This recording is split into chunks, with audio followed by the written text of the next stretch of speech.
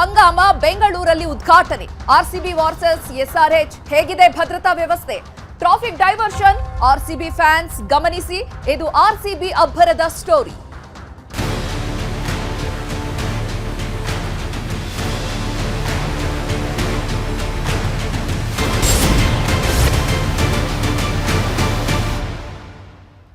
Chinnaswamy ಸ್ಟೇಡಿಯಂನಲ್ಲಿ IPL ಹಬ್ಬ ಆರಂಭ ಆಗ್ಬಿಟ್ಟಿದೆ. 10 ತಂಡಗಳು, 65 ದಿನ, 13 ನಗರಗಳಲ್ಲಿ ಐಪಿಎಲ್ ಪಂದ್ಯ ನಡೆಯುತ್ತೆ.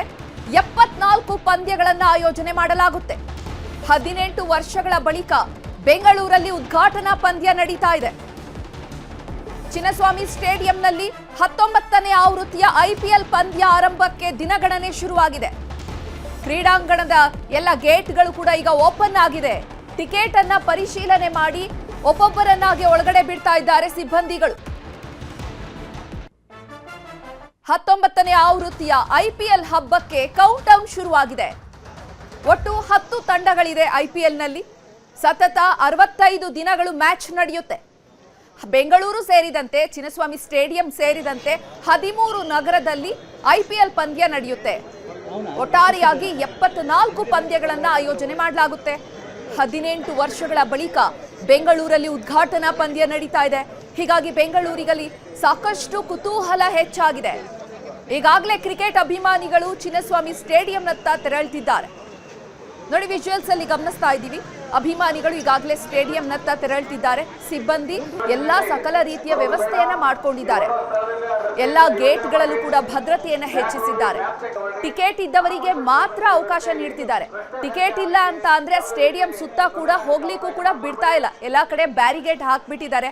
ಯಾಕೆಂದ್ರೆ ಕಳೆದ ವರ್ಷದ ಕಹಿ ಗಳಿಗೆಗಳು ಮತ್ತೆ ಮರುಗಳಿಸಬಾರದು ಅನ್ನುವಂಥ ನಿಟ್ಟಿನಲ್ಲಿ ಸಾಕಷ್ಟು ತಯಾರಿಯನ್ನ ನಡೆಸ್ತಿದ್ದಾರೆ. ಚಿನ್ನಸ್ವಾಮಿ ಸ್ಟೇಡಿಯಂನತ್ತ ಅಭಿಮಾನಿಗಳ ದಂಡು. ಸಾಲು ಸಾಲಾಗಿ ಆರ್ಸಿಬಿ ಅಭಿಮಾನಿಗಳು ಬರ್ತಿದ್ದಾರೆ.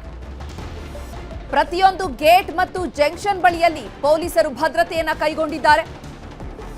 4 ಡಿಸಿಪಿಗಳ ನೇತೃತ್ವದಲ್ಲಿ ಬಂದೋಬಸ್ತ್ ಮಾಡಲಾಗಿದೆ. ಪ್ರತಿ ಗೇಟ್ಗಳಲ್ಲಿ ಕೂಡ ಸಿಸಿಟಿವಿ ಕ್ಯಾಮೆರಾ ಅಳವಡಿಸಿದ್ದಾರೆ. ಎಸ್ಡಿಆರ್ಎಫ್ ಸಿಬ್ಬಂದಿ ಇದ್ದಾರೆ, ಪೊಲೀಸರಿದ್ದಾರೆ. ಎಲ್ಲರೂ ಕೂಡ ಭದ್ರತೆಯನ್ನು ಒದಗಿಸಿದ್ದಾರೆ. ಟಿಕೆಟ್ ಇಲ್ಲ ಅಂತ ಅಂದ್ರೆ ಕ್ರೀಡಾಂಗಣದತ್ತ ಅವಕಾಶ ಇರೋದಿಲ್ಲ. ಆದ್ರೂ ಕೂಡ ಕ್ರಿಕೆಟ್ ಅಭಿಮಾನಿಗಳು ಸ್ಟೇಡಿಯಂ ಹತ್ರನಾದ್ರೂ ಹೋಗೋಣ ಅನ್ನೋ ನಿಟ್ಟಿನಲ್ಲಿ ಬರ್ತಿದ್ದಾರೆ. ಟಿಕೆಟ್ ಇದ್ರೆ ಮಾತ್ರ ಬ್ಯಾರಿಗೇಡ್ ಒಳಗಡೆ ಎಂಟ್ರಿ. ಟಿಕೆಟ್ ಇಲ್ಲ ಅಂತ ಅಂದ್ರೆ ಅಲ್ಲಿ ನಿಲ್ಲೋದಕ್ಕೆ ಕೂಡ ನಿಮ್ಗೆ ಅವಕಾಶವನ್ನ ಕೊಡೋದಿಲ್ಲ. ರಸ್ತೆಯಲ್ಲಿ ನಿಲ್ಲದಂತೆ ಎಲ್ಲರಿಗೂ ಕೂಡ ಎಚ್ಚರಿಕೆಯನ್ನ ಕೊಟ್ಟು ಖಾಕಿ ವಾಪಸ್ ಕಳಿಸ್ತಿದ್ದಾರೆ. ಗೇಟ್ ಮುಂದೆ ನಿಲ್ಲದಂತೆ ಪೊಲೀಸರು ಕಳಿಸ್ತಿದ್ದಾರೆ. ಗುಂಪು ಗುಂಪಾಗಿ ಯಾರು ಕೂಡ ಅಲ್ಲಿ ಗುಂಪು ಸೇರುವಂತಿಲ್ಲ. 2000ಕ್ಕೂ ಹೆಚ್ಚು ಪೊಲೀಸ್ ಸಿಬ್ಬಂದಿಯನ್ನ ಈ ಭದ್ರತೆಗೆ ಅಂತಾನೆ ನಿಯೋಜನೆ ಮಾಡಲಾಗಿದೆ. ಸ್ಟೇಡಿಯಂ ಸುತ್ತಮುತ್ತ ಎಲ್ಲ ರಸ್ತೆಗಳಲ್ಲಿ ಕೂಡ ವಾಹನಗಳ ಸಂಚಾರವನ್ನು ಕೂಡ ಡೈವರ್ಟ್ ಮಾಡಿದ್ದಾರೆ. ಯಾವುದೇ ರೀತಿ ಟ್ರಾಫಿಕ್ ಸಮಸ್ಯೆ ಕೂಡ ಉಂಟಾಗಬಾರ್ದು, ಗೊಂದಲ ಉಂಟಾಗಬಾರ್ದು ಅನ್ನುವಂಥ ನಿಟ್ಟಿನಲ್ಲಿ ಎಲ್ಲ ಭದ್ರತೆಯನ್ನ ಕೈಗೊಂಡಿದ್ದಾರೆ. ನಾವು ಆರ್ಸಿಬಿ ಡಯಟ್ ಫ್ಯಾನ್ ಅಣ್ಣ. ನಾವು ಬಾಯಿ ಮಾತಲ್ಲಿ ಹೇಳ್ಬಾರ್ದು ನಾವು. ಯಾಕಂದರೆ ಯಾರಿಗೂ ನೋಡಿದ ತಕ್ಷಣ ಅಯ್ಯೋ ಆರ್ಸಿಬಿ ಫ್ಯಾನ್ಸ್ ಇದ್ದಾರೆ ಅಂತ ಹೇಳ್ಬಿಟ್ಟು ಅವ್ರಿಗೆ ಗೊತ್ತಾಗಬೇಕು. ಅದಕ್ಕೆ ನಾನು ಆರ್ಸಿಬಿ ಸ್ಟಿಕ್ಕರನ್ನು ಹಾಕ್ಸ್ಬಿಟ್ಟಿನಿ ಚಾಂಪಿಯನ್ಸ್ ಅಂತ ಹೇಳ್ಬಿಟ್ಟು. ಯಾಕಂದರೆ ಈ 18 ವರ್ಷದಿಂದ ಅವರು ನಮಗೆ ತುಂಬ ಕಾಂಟ್ರವರ್ಸಿ ಮಾಡಿದ್ದಾರೆ. ನಾವು ಈ ವರ್ಷದಿಂದ ನಾವು ಅವ್ರ ಕಾಂಟ್ರವರ್ಸಿ ತೋರಿಸ್ಬೇಕು. ಯಾಕಂದರೆ ನಮ್ಗೆ ಟಿಕೆಟ್ ಸಿಕ್ಕಿಲ್ಲ. ಮುಂದಿನ ಸಲ ಆದರೂ ಟಿಕೆಟ್ ಸ್ವಲ್ಪ ಹೆಚ್ಚಿನ ಸೀಟಲ್ಲಿ ಬಿಟ್ಟರೆ ಅದು ನಮ್ಗೆ ಒಳ್ಳೇದಾಗುತ್ತೆ. ಅದಕ್ಕೆ ಟಿಕೆಟ್ ಸಿಕ್ಕಿಲ್ಲ ಆದರೂ ನಾವು ನೋಡೋಕೆ ಬಂದಿದ್ದೀವಿ. ಯಾಕಂದರೆ ಒಂದ್ಸಲಿ ಸ್ಟೇಡಿಯಂ ಒಳಗಡೆ ಹೋಗ್ಬಿಟ್ಟು ಹೋದ್ಸಲಿ ಒಂದು 5 ದಿವಸ ಹಿಂದೆ ವಿರಾಟ್ ಕೊಹ್ಲಿಯನ್ನು ನೋಡಿದೆ. ನಮ್ಗೆ ಅದೇ ಸಂತೋಷ, ದೇವ್ರು ನೋಡ್ದಂಗೆ ಆಯ್ತು ನಮಗೆ. ಅದಕ್ಕೆ ಇವು ಟಿಕೆಟ್ ಸಿಕ್ಕಿಲ್ಲ, ಏನು ಮಾಡೋಕ್ಕಾಗಲ್ಲ. ಆರ್ಸಿಬಿ ಗೆಲ್ಬೇಕಣ್ಣ, ಗೆಲ್ಲೇಬೇಕು ನಮಗೆ. ನಮ್ಮ ಆರ್ಸಿಬಿ ಅದು. ಜೈ ಆರ್ಸಿಬಿ. ಟಿಕೆಟ್ ಬುಕ್ ಆಗಿದೆ, ಬಟ್ ತುಂಬ ಕಷ್ಟ ಮ್ಯಾನ್. ತುಂಬ ನಾನು CSK ಮ್ಯಾಚ್ಗೆ ನಾನು ನೋಡೋಕ್ಕೆ ಅದೇ ಇಂಪಾರ್ಟೆಂಟ್ ನನಗೆ. ಬೆಂಗಳೂರಿನಲ್ಲಿ CSK ಹೊಡಿಬೇಕು RCB. ಆ ಮ್ಯಾಚ್ಗೆ ನಾನು ನೋಡ್ತಾ ಇದ್ದೀನಿ. ಇದು ಗೆಲ್ಲೇ ಗೆಲ್ತಾರ ಮ್ಯಾನ್. ಹೋದ ಸತಿ ಕಪ್ ತಗೊಂಡ್ರು ನಾವು ಖುಷಿ ಪಡುವ ವಿನ್ ಮಾಡೋಕ್ಕೆ ಸೆಲೆಬ್ರೇಟ್ ಮಾಡೋಕ್ಕಾಗಲಿಲ್ಲ. ಒಂದು ಸತಿ ದುಃಖ ಆಯಿತು, ಏನು ಮಾಡೋಕ್ಕಾಗುತ್ತೆ. ಎಲ್ಲ ಆ ಸತಿ ಎಲ್ಲ ಈ ಥರ ಆಯಿತು. ಫುಲ್ಲು ಇದು ಬೇಜಾರ ಆಯಿತು. ಈ ಸತಿ ಮ್ಯಾಚ್ ಗೆಲ್ತಾರೆ. ವಿನ್ನಿಂಗ್ ಕಾಂಪಿಟೇಷನ್ ಇದ್ದೀವಿ ನಾವು. ಸೊ ಆ ಫಾರ್ಮೇ ಕಂಟಿನ್ಯೂ ಮಾಡ್ತಾರೆ. ಫೈನಲ್ ಅಂತೂ ಬಂದೇ ಬರ್ತಾರೆ RCB. ಅದು ಡೌಟೇ ಇಲ್ಲ, ಯಾರು ಬಂದ್ರು. ಇನ್ನು ಈ ಬಗ್ಗೆ ಹೆಚ್ಚಿನ ಮಾಹಿತಿಯನ್ನು ನೀಡೋದಕ್ಕೆ ನಮ್ಮ ಪ್ರತಿನಿಧಿ ಮುನಿರಾಜು ಮತ್ತು ಕಾರ್ತಿಕ್ ನೇರ ಸಂಪರ್ಕದಲ್ಲಿ ಜಾಯ್ನ್ ಆಗ್ತಿದ್ದಾರೆ. ಮೊದಲಿಗೆ ಮುನಿರಾಜು, ಅಲ್ಲಿ ಇವಾಗಲೇ RCB ಫ್ಯಾನ್ಸ್ಗಳು ಗೇಟ್ ಹತ್ರ ಹೋಗ್ತಾ ಇದ್ದಾರೆ. ಕಳೆದ ಬಾರಿ ಗೇಟ್ ಹತ್ರನೇ ಅತಿ ಹೆಚ್ಚು ನೂಕುನುಗ್ಗಲು ಉಂಟಾದಂಥದ್ದು, ಕಹಿ ಘಟನೆ ನಡೀಲಿಕ್ಕೆ ಕಾರಣ ಆದಂಥದ್ದು. ಈ ಬಾರಿ ಎಲ್ಲ ಗೇಟ್ಗಳು ಓಪನ್ ಆಗಿದೆಯಾ? ಎಷ್ಟು ಗಂಟೆಗೆ ಎಂಟ್ರಿ ಕೊಟ್ಟಿದ್ದಾರೆ, ಶುರು ಮಾಡಿದ್ದಾರೆ? ಯಾವ ರೀತಿ ಇದೆ ಗೇಟ್ನಲ್ಲಿ ಭದ್ರತೆ? ಚೈತ್ರ, ಈಗಾಗಲೇ ಏನು IPL ಪಂದ್ಯ ಆರಂಭಕ್ಕೆ ಇನ್ನು ಕೆಲವೇ ಗಂಟೆಗಳಷ್ಟೇ ಬಾಕಿ ಇದೆ. ಈ ನಡುವೆ ಈಗಾಗಲೇ ಏನು ಪಂದ್ಯಕ್ಕೆ ಏನು ಟಿಕೆಟ್ ಅನ್ನು ಖರೀದಿ ಮಾಡಿದರೆ ಎಲ್ಲರೂ ಕೂಡ ಈಗಾಗಲೇ ತಮ್ಮ ಟಿಕೆಟ್ ಅನ್ನು ಹಿಡಿದು ಈಗ ಏನು ಸ್ಟೇಡಿಯಂನ ಒಳಗಡೆ ಹೋಗೋದಕ್ಕೆ ಕೂಡ ಈಗ ಎಲ್ಲರೂ ಕೂಡ ಬರ್ತಾ ಇರೋದು. ಈಗಾಗಲೇ ನಾವು ಸರತಿ ಸಾಲಿನಲ್ಲಿ ನೋಡ್ಬೋದು, ಸಾಕಷ್ಟು ಸಂಖ್ಯೆಯಲ್ಲಿ ಟಿಕೆಟ್ ಅಂದರೆ ಮೊಬೈಲ್ನಲ್ಲಿ ಟಿಕೆಟ್ ಏನು ಖರೀದಿ ಮಾಡಿದರೆ ಅವರೀಗ ಟಿಕೆಟನ್ನು ಮೊಬೈಲ್ನಲ್ಲಿ ಇಟ್ಕೊಂಡು ಎಲ್ಲರೂ ಕೂಡ ಗೇಟ್ಗಳಲ್ಲಿ ಎಂಟ್ರಿ ಕೂಡ ಹಾಕ್ತಾ ಇದ್ದಾರೆ. ಈಗ ಪ್ರತಿಯೊಬ್ಬರನ್ನು ಕೂಡ ಆ ಒಂದು ಟಿಕೆಟನ್ನು ಪರಿಶೀಲನೆ ಮಾಡಿ ಅವರನ್ನು ಗೇಟ್ ಒಳಗಡೆ ಬಿಡುವಂಥ ಕೆಲಸವನ್ನು ಕೂಡ ಈಗಾಗಲೇ ಇಲ್ಲಿರುವಂಥ ಸಿಬ್ಬಂದಿಗಳು ಕೂಡ ಮಾಡ್ತಾ ಇರೋದು. ಯಾಕಂದರೆ ಯಾರು ಟಿಕೆಟ್ ಹೊಂದಿದ್ರೆ ಅಂಥವ್ರಿಗೆ ಮಾತ್ರ ಈ ಒಂದು ಬ್ಯಾರಿಕೇಡ್ನ ಒಳಗಡೆ ಎಂಟ್ರಿಯನ್ನು ಕೊಡ್ತಾರೆ. ಟಿಕೆಟ್ ಇಲ್ಲದವ್ರನ್ನ ರಸ್ತೆಯಲ್ಲಿ ಕೂಡ ನಿಲ್ಲೋದಕ್ಕೆ ಪೊಲೀಸ್ ಅಧಿಕಾರಿಗಳು ಬಿಡ್ತಾ ಇಲ್ಲ. ಅಷ್ಟು ಕಟ್ಟುನಿಟ್ಟಿನ ಒಂದು ಬಂದೋಬಸ್ತನ್ನು ಕೂಡ ಈಗಾಗಲೇ ಮಾಡ್ಕೊಳ್ತಾ ಇದ್ದಾರೆ. ನಾವು ನೋಡ್ಬೋದು, ಏನು ಸ್ಟೇಡಿಯಂನ ಸುತ್ತಮುತ್ತ ಪ್ರತಿಯೊಂದು ರಸ್ತೆಯಲ್ಲೂ ಕೂಡ ಈಗಾಗಲೇ ಬ್ಯಾರಿಕೇಡನ್ನು ಮಾಡ್ಕೊಂಡಿದ್ದಾರೆ. ಟಿಕೆಟ್ ಇರುವಂಥವ್ರು ಮಾತ್ರ ಈ ಒಂದು ಬ್ಯಾರಿಕೇಡ್ ಏನಿದೆ ಆ ಒಂದು ಸರ್ಕಲ್ನಲ್ಲಿ ಬರಬೇಕಾಗುತ್ತೆ. ಒಂದು ವೇಳೆ ಟಿಕೆಟ್ ಇಲ್ಲದವ್ರನ್ನ ರಸ್ತೆಯಲ್ಲೇ ಅವ್ರನ್ನ ನೇರವಾಗಿ ಮತ್ತೊಂದು ಸರ್ಕಲ್ಗೆ ವಾಪಸ್ ಕಳಿಸುವಂಥ ಕೆಲಸವನ್ನು ಕೂಡ ಈಗ ಪೊಲೀಸ್ ಅಧಿಕಾರಿಗಳು ಕೂಡ ಮಾಡ್ತಾ ಇರೋದು. ಪ್ರತಿಯೊಬ್ಬರನ್ನು ಕೂಡ ಏನು 4-5 ಹಂತಗಳಲ್ಲಿ ತಪಾಸಣೆ ಮಾಡಿ ಒಳಗಡೆ ಬಿಡುವಂಥ ಕೆಲಸ ಕೂಡ ಮಾಡ್ತಾ ಇದ್ದಾರೆ.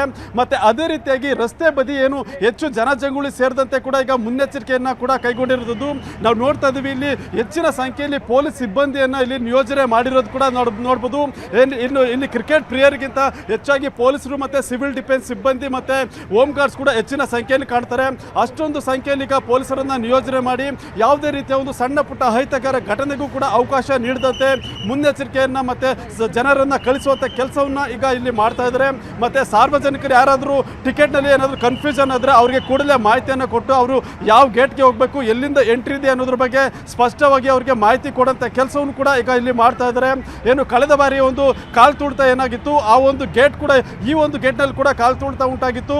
ಈಗ ಇಲ್ಲಿ ಗೇಟನ್ನು ಕೂಡ ನಾವು ನೋಡ್ತಾ ಇದ್ವಿ. ಸುಮಾರು ಏನು 15 ಅಡಿಗೂ ಹೆಚ್ಚು ಒಂದು ಗೇಟನ್ನು ಸುಸಜ್ಜಿತವಾಗಿ ಇದನ್ನು ಮತ್ತೆ ಮರು ನಿರ್ಮಾಣ ಮಾಡಿದರೆ ಮತ್ತು ದೊಡ್ಡ ಮಟ್ಟದ ಒಂದು ವಿಶಾಲವಾದ ಎಂಟ್ರಿಯನ್ನು ಕೂಡ ಇಟ್ಟಿದ್ದಾರೆ.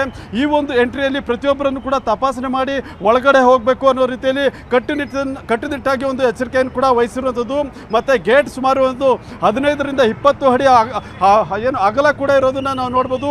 ಸಾರ್ವಜನಿಕರು ಒಮ್ಮೆಲೆ ಹೊರಗಡೆ ಬರುವಂಥದ್ದು ಮತ್ತು ಒಳಗಡೆ ಹೋಗಬೇಕಾದ್ರೆ ಯಾವುದೇ ರೀತಿಯ ಒಂದು ಅಡೆ ಮತ್ತು ತಡೆ ಉಂಟಾಗದಂತೆ ಒಂದು ಹೆಚ್ಚಿನ ಒಂದು ನಿಗಾವನ್ನು ವಹಿಸಿ ಕೂಡ ಈಗಾಗಲೇ ಗೇಟ್ಗಳನ್ನು ಕೂಡ ಡೆವಲಪ್ ಮಾಡಿರೋದನ್ನು ನಾವು ನೋಡ್ತಾ ಇದ್ದೀವಿ.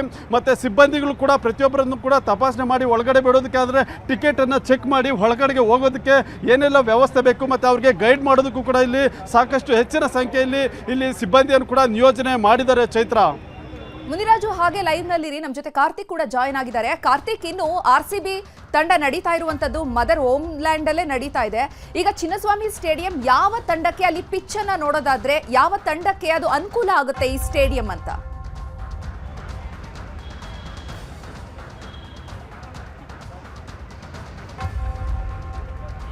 ಚೈತ್ರ, ಪ್ರಮುಖವಾಗಿ ಇವತ್ತಿನ IPLನ ಉದ್ಘಾಟನಾ ಪಂದ್ಯ ಚಿನ್ನಸ್ವಾಮಿ ಸ್ಟೇಡಿಯಂನಲ್ಲಿ ನಡೀತಾ ಇದೆ. ಇಲ್ಲಿ ನಾವು ಗಮನಿಸಬೇಕು, ಚಿನ್ನಸ್ವಾಮಿ ಕ್ರೀಡಾಂಗಣದಲ್ಲಿ ಪ್ರತಿ ಬಾರಿಯೂ ಕೂಡ ಈ ಒಂದು ಕ್ರಿಕೆಟ್ ಪಂದ್ಯ ಆಯೋಜನೆ ಆದಂಥ ಸಂದರ್ಭದಲ್ಲಿ ಸಾಕಷ್ಟು ರೀತಿಯಲ್ಲಿ ಪಿಚ್ನ ಬಗ್ಗೆಯೂ ಕೂಡ ಸಾಕಷ್ಟು ಚರ್ಚೆಗಳು ಕೂಡ ಉದ್ಭವ ಆಗುತ್ತೆ.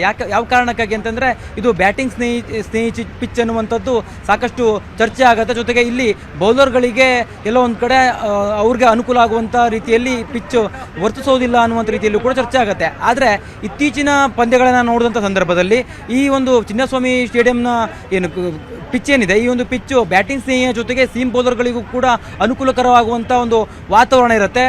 ಆರಂಭದಲ್ಲಿ ಬ್ಯಾಟಿಂಗ್ ಸಹಕಾರಿಯಾದರೂ ಕೂಡ ಸೀಮ್ ಬೌಲರ್ಗಳು ಕೂಡ ಈ ಒಂದು ಪಿಚ್ನಲ್ಲಿ ಹಿಡಿತವನ್ನು ಸಾಧಿಸಬಹುದು. ಅದರಲ್ಲೂ ಜೊತೆಗೆ ಪ್ರಮುಖವಾಗಿ ಈ ಒಂದು ಪಿಚ್ನಲ್ಲಿ ಟಾಸ್ ಕೂಡ ಬಹಳ ಪ್ರಮುಖ ಪಾತ್ರವನ್ನು ವಹಿಸುತ್ತೆ. ಯಾರೇ ಈ ಒಂದು ಟಾಸನ್ನು ಗೆದ್ದರೂ ಕೂಡ ಚೇಸಿಂಗನ್ನು ಆಯ್ದುಕೊಳ್ತಾರೆ. ಡ್ಯೂ ಕೂಡ ಇಲ್ಲಿ ಬೀಳುವಂಥ ಸಾಧ್ಯತೆ ಇರುತ್ತೆ. ಯಾಕಂದರೆ ಇಬ್ಬನಿ ಬಿದ್ದಂಥ ಸಂದರ್ಭದಲ್ಲಿ ಬೌಲರ್ಗಳು ಬೌಲ್ ಮಾಡೋದಕ್ಕೆ ಸಾಧ್ಯ ಆಗೋದಿಲ್ಲ, ಸರಿಯಾಗಿ ಅವ್ರಿಗೆ ಗ್ರಿಪ್ ಕೂಡ ಸಿಗೋದಿಲ್ಲ. ಈ ಒಂದು ಕಾರಣಕ್ಕಾಗಿ ಸೆಕೆಂಡ್ ಬ್ಯಾಟಿಂಗನ್ನು ಆಯ್ಕೆ ಮಾಡಿಕೊಳ್ತಾರೆ. ಜೊತೆಗೆ ಇವತ್ತಿನ ಪಂದ್ಯದಲ್ಲಿಯೂ ಕೂಡ ನೀವು ಟಾಸ್ ಗೆದ್ದಂಥವರು 99% ಚೇಸಿಂಗನ್ನೇ ಆಯ್ಕೆ ಮಾಡ್ಕೊಳ್ತಾರೆ. ಜೊತೆಗೆ ಈ ಒಂದು SRH ಮತ್ತು RCB ನಡುವಿನ ಒಂದು ಅಂಕಿಅಂಶ ನೋಡ್ತಾ ಹೋಗೋದಾದರೆ IPLನಲ್ಲಿ 25 ಬಾರಿ ಎರಡು ತಂಡ ಮುಖಾಮುಖಿಯಾಗಿದೆ. ಅದರಲ್ಲಿ 13 ಬಾರಿ RCB ಸೋತಿದೆ, 13 ಬಾರಿ SRH ಗೆದ್ದಿರ್ತಕ್ಕಂಥದ್ದು, ಕೇವಲ 11 ಬಾರಿ ಮಾತ್ರ RCB ಗೆದ್ದಿದೆ. ಇಲ್ಲಿ ಪ್ರಮುಖವಾಗಿ ನಾವು ಗಮನಿಸಬೇಕು, ಕಳೆದ 2-3 ಸೀಸನ್ಗಳಲ್ಲಿ ಸನ್ರೈಸ್ ಹೈದರಾಬಾದ್ ತಂಡ ಆಡುವಂಥ ರೀತಿಯೇ ಬೇರೆ ಇರತಕ್ಕಂಥದ್ದು. ಅಂದರೆ ಪ್ರಮುಖವಾಗಿ ಅವರ ಬ್ಯಾಟ್ಸ್ಮನ್ಗಳೇನಿದ್ದಾರೆ ಅವರು ಸಾಕಷ್ಟು ಆಕ್ರಮಣಕಾರಿ ಶೈಲಿಯಲ್ಲಿ ಆಟ ಆಡ್ತಿರ್ತಕ್ಕಂಥದ್ದು. ಜೊತೆಗೆ ಅವರ ಬ್ಯಾಟಿಂಗ್ ಲೈನಪ್ ಕೂಡ ಅದೇ ರೀತಿಯಲ್ಲಿದೆ. ನೀವು ಇಶಾನ್ ಕಿಶನ್ ಇರ್ಬೋದು, ಹಾಗೆ ಅಲ್ಲಿರ್ತಕ್ಕಂಥ ಫಾರಿನ್ ಪ್ಲೇಯರ್ಸನ್ನು ಸೇರಿದಂತೆ ನೋಡಿದ್ರೆ ಅವರು ಅತ್ಯಂತ ಪ್ರಖರವಾಗಿ ಬ್ಯಾಟಿಂಗನ್ನು ಕೂಡ ಮಾಡ್ತಾರೆ. ಹೆಚ್ಚಿನ ರನ್ನನ್ನು ಕೂಡ ಇತ್ತೀಚೆಗೆ ಸನ್ರೈಸ್ ಹೈದರಾಬಾದ್ ತಂಡ ಗಳಿಸ್ತಾ ಇದೆ. ಅದೇ ರೀತಿಯ ಬ್ಯಾಟಿಂಗ್ ಶೈಲಿಯನ್ನು ಇವತ್ತಿನ ಪಂದ್ಯದಲ್ಲೂ ಕೂಡ ಅವರು ಮುಂದುವರಿಸುವಂಥ ಸಾಧ್ಯತೆ ಇದೆ. ಜೊತೆಗೆ ಅಲ್ಲಿ ಟ್ರಾವಿಸ್ ಹೆಡ್ ಇರ್ಬೋದು, ಹಾಗೆ ಅಭಿಷೇಕ್ ಶರ್ಮಾ, ಇಶಾನ್ ಕಿಶನ್ ಸೇರಿದಂತೆ ಬ್ಯಾಟಿಂಗ್ ಲೈನಪ್ ತುಂಬ ಬಲಿಷ್ಠ ಆಗಿದೆ. ಲಿವಿಂಗ್ಸ್ಟನ್ ಸೇರಿದಂತೆ ಅವರ ತಂಡದಲ್ಲಿರ್ತಕ್ಕಂಥ ಫಾರಿನ್ ಪ್ಲೇಯರ್ಸ್ ಇರ್ಬೋದು, ಹಾಗೆ ಭಾರತೀಯ ಆಟಗಾರರು ಕೂಡ ಅತ್ಯದ್ಭುತವಾಗಿ ಫಾರ್ಮ್ನಲ್ಲಿ ಇರ್ತಕ್ಕಂಥವ್ರು. ಜೊತೆಗೆ ಕಳೆದ ಬಾರಿ IPLನಲ್ಲಿಯೂ ಕೂಡ ಸಾಕಷ್ಟು ಪ್ರಮಾಣದಲ್ಲಿ ಅವರು ರನ್ ಮಳೆಯನ್ನೇ ಹರಿಸಿದ್ರು. ಇವತ್ತು ಕೂಡ RCB ವಿರುದ್ಧ ಅವರೇನಾದರೂ ಟಾಸ್ ಗೆದ್ದಂಥ ಸಂದರ್ಭದಲ್ಲಿ ಬಹುಶಃ SRH ಅಥವಾ RCB ಯಾರೇ ಟಾಸ್ ಗೆದ್ದರೂ ಕೂಡ ಇವತ್ತು ಚೇಸಿಂಗನ್ನು ಆಯ್ಕೊಳ್ತಾರೆ.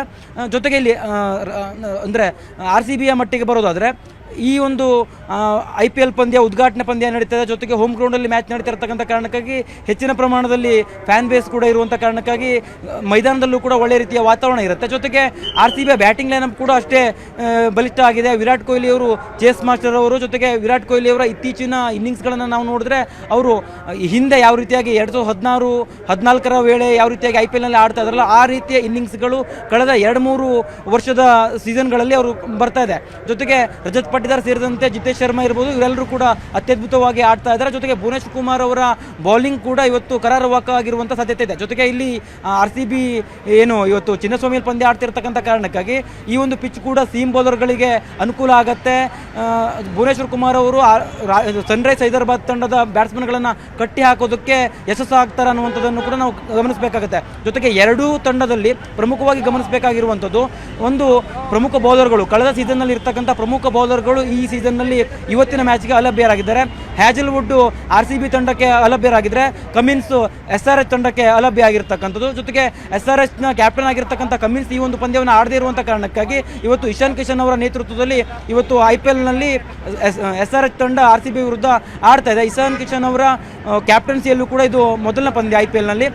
ಎಲ್ಲ ಅಂಕಿಅಂಶಗಳನ್ನು ನೋಡ್ತಾ ಹೋದರೆ ಎರಡೂ ತಂಡವೂ ಕೂಡ ಸಾಕಷ್ಟು ಬಲಾಬಲದಲ್ಲಿ ಸಮಬಲವಾಗಿದೆ ಅಂತ ಹೇಳ್ಬೋದು. ಜೊತೆಗೆ ಆಲ್ರೌಂಡರ್ ವಿಭಾಗದಲ್ಲಿ RCB ಒಂದು ಪ್ರಮಾಣದಲ್ಲಿ ಹೆಚ್ಚಿನ ಬಲಿಷ್ಠತೆಯನ್ನೇ ಹೊಂದಿದೆ ಅಂತಲೇ ಹೇಳ್ಬೋದು. ಚೈತ್ರ, ಕಾರ್ತಿಕ್, ಇನ್ನು